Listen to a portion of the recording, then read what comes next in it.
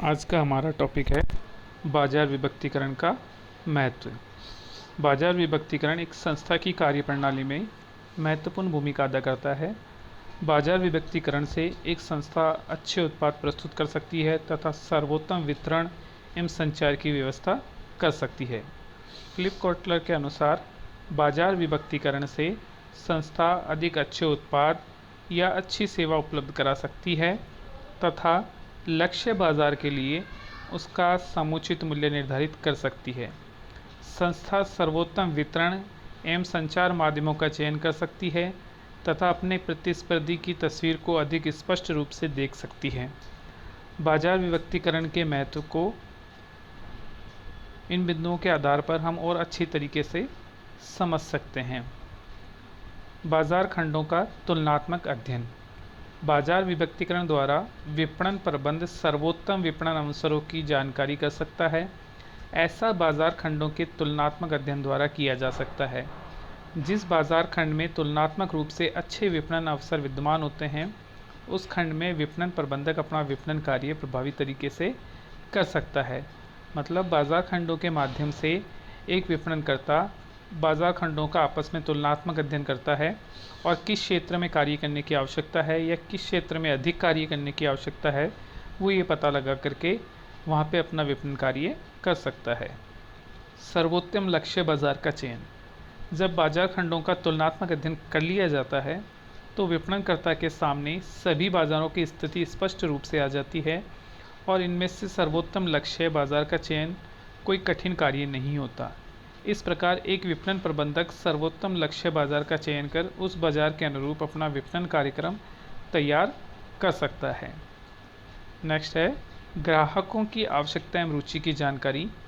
बाजार विभक्तिकरण द्वारा ग्राहकों की पसंद एवं आवश्यकता की जानकारी आसानी से हो जाती है। विपणनकर्ता ग्राहकों की पसंद एवं आवश्यकता को ध्यान में रखते हुए विपणन कार्यक्रम एवं व्यू रचनाओं का निर्धारण कर सकता है। ग्राहकों की आवश्यकता एवं रुचि को ध्यान में रखकर बनाए गए विपणन कार्यक्रम अधिक सफल होते हैं। बाजार विभक्तिकरण के माध्यम से हमें ये स्पष्ट रूप से पता लग जाता है कि हमारा लक्ष्य बाजार क्या है और हमारे ग्राहक कैसे हैं, ताकि हम ये पता लगने के बाद विपणनकर्ता बहुत आसानी से और अच्छे विपणन कार्यक्रम बनाता है जो बहुत प्रभावी सिद्ध होते हैं। मध्यस्थों के चयन में सुविधा। जब बाजार खंडों का निर्धारण हो जाने के बाद मध्यस्थों के चयन में सुविधा होती है। किस बाजार खंड के लिए किस प्रकार के मध्यस्थ उपयुक्त रहेंगे, इस बात का पता लगाकर मध्यस्थों का चयन किया जा सकता है। इस प्रकार बाजार विभक्तिकरण से विशेष आवश्यकता वाले मध्यस्थों का चयन संभव हो जाता है। जब हमें बाजार खंडों का पता लग जाता है तो हमें पता चल जाता है कि हमें किस मध्यस्थों को रखना है और कहाँ हमें मध्यस्थों की कड़ी छोटी रखनी है, जिससे हम सीधे उपभोक्ताओं के संपर्क में आ सकें या हम प्रभावी रूप से विपणन कार्य कर सकें। मूल्य निर्धारण में सहायक। बाजार विभक्तिकरण मूल्य निर्धारण में महत्वपूर्ण योगदान देता है। ग्राहकों की आय, जीवन स्तर, व्यवसाय आदि के बारे में जानकारी प्राप्त की जा सकती है तथा इस जानकारी के आधार पर उत्पाद का मूल्य निर्धारित किया जा सकता है। उपभोक्ताओं की आय को ध्यान में रखते हुए बाजार विभक्तिकरण द्वारा विभेदकारी मूल्य निर्धारण भी किया जा सकता है। विभेदकारी मूल्य से तात्पर्य है कि अलग अलग वर्ग के लोगों के पास हमारे प्रोडक्ट के अलग अलग मूल्य रखना या अलग अलग क्वालिटी की वस्तु अलग अलग बाज़ार में प्रस्तुत करना। जब हम बाज़ार विभक्तिकरण करते हैं तो उससे स्थिति स्पष्ट हो जाती है कि हमारे कौन से बाज़ार के उपभोक्ताओं की आय किस वर्ग की है और हमें हमारा कौन सा उत्पाद किस वर्ग के लोगों के लिए बाज़ार में उतारना है, ताकि हम प्रभावी रूप से विपणन कार्यक्रम कर सकें। लाभकारी विपणन खंडों पर ध्यान। बाजार विभक्तिकरण के माध्यम से विपणनकर्ता लाभकारी एवं अलाभकारी विपणन खंडों की जानकारी कर सकता है तथा उन विपणन खंडों पर ज़्यादा ध्यान दे सकता है जो उसके लिए लाभप्रद हो। इस प्रकार संपूर्ण विपणन प्रयास लाभकारी विपणन खंडों पर केंद्रित किए जा सकते हैं।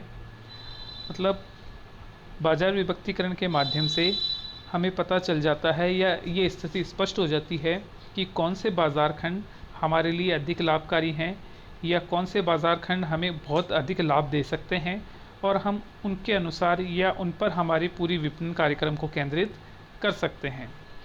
प्रतिस्पर्धा में विजय प्राप्त करना। बाजार विभक्तिकरण द्वारा प्रत्येक बाजार खंड में स्थित प्रतियोगी संस्था के उत्पादों के बारे में जानकारी प्राप्त हो जाती है। प्रतियोगी संस्था के उत्पाद की किस्म, मूल्य, विपणन माध्यम आदि की जानकारी कर प्रभावकारी विपणन व्यूहरचनाएं बनाई जा सकती है जो प्रतिस्पर्धा में विजय दिलाने में सहायक होगी।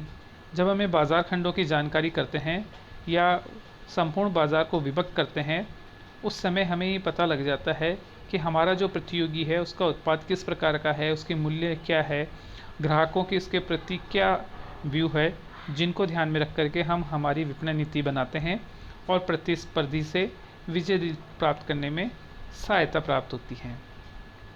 बाजार विभक्तिकरण के महत्व में है, महत्वपूर्ण जो है वो है समय की मांग। बाजार विभक्तिकरण वर्तमान समय की एक मांग है क्योंकि कोई भी उत्पादक संपूर्ण बाजार में विपणन कार्य का संचालन नहीं कर सकता, अतः कुछ उपयुक्त बाजार खंडों का चयन कर लिया जाता है तथा उन बाजार खंडों में अधिक प्रभावी तरीके से विपणन कार्यों का संचालन किया जा सकता है। फिलिप कॉटलर के अनुसार कई संस्थाएं अपने विपणन प्रयासों को फैलाने की अपेक्षा उन्हें उन ग्राहकों पर केंद्रित करना पसंद करती है जिनको संतुष्ट करने की अधिक संभावना होती है। विलियम जे स्टेटन ने लिखा है कि अमेरिका की कई बहुराष्ट्रीय संस्थाएं जो संपूर्ण बाजार के सभी ग्राहकों में विपणन कार्य करती थी, वे आज विभक्तिकरण कर छोटे छोटे बाजार खंडों में अपनी पहुंच बना रही है। मतलब किसी भी उत्पादक के लिए संभव नहीं है कि वो संपूर्ण बाजार में विपणन कार्य करे। संपूर्ण बाजार से तात्पर्य है कि संपूर्ण विश्व हर उत्पाद के लिए एक बाजार होता है और प्रत्येक उत्पादक को अपना एक क्षेत्र या अपनी सीमाएं निर्धारित करना आवश्यक होता है, अन्यथा वो उसका विपणन कार्यक्रम प्रभावी नहीं हो सकेगा। तो समय की मांग के अनुसार आज ज़्यादातर उत्पादक अपने लिए बाज़ारों का विभक्तिकरण करते हैं और उस पर फिर अपनी विपणन संस्थाएं या विपणन कार्य केंद्रित करते हैं। ग्राहकों के स्तर के अनुरूप संवर्धन प्रयास। विभिन्न बाजार खंडों में विभिन्न प्रकार के ग्राहक उपस्थित होते हैं। इन ग्राहकों की आय, आयु, जीवन स्तर, व्यवसाय एवं पेशा आदि में पर्याप्त अंतर होता है। इस अंतर को ध्यान में रखते हुए ग्राहक के स्तर के अनुरूप संवर्धनात्मक प्रयास किए जा सकते हैं।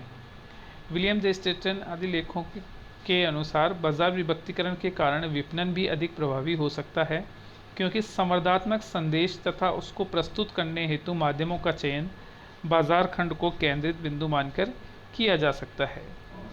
असंतुष्ट बाजार खंडों पर ध्यान केंद्रित करना। बाजार विभक्तिकरण के द्वारा विपणनकर्ता किसी विशेष बाजार खंड से असंतुष्ट ग्राहकों की जानकारी कर सकता है और ये पता लगा सकता है कि ग्राहक किन कारणों से असंतुष्ट हैं। ग्राहकों के असंतुष्टि के कारणों का पता लगने के बाद उनको संतुष्ट करने के प्रयास किए जा सकते हैं। ये बाजार विभक्तिकरण के महत्व के बिंदु थे जिनके बारे में हमने आज अध्ययन किया।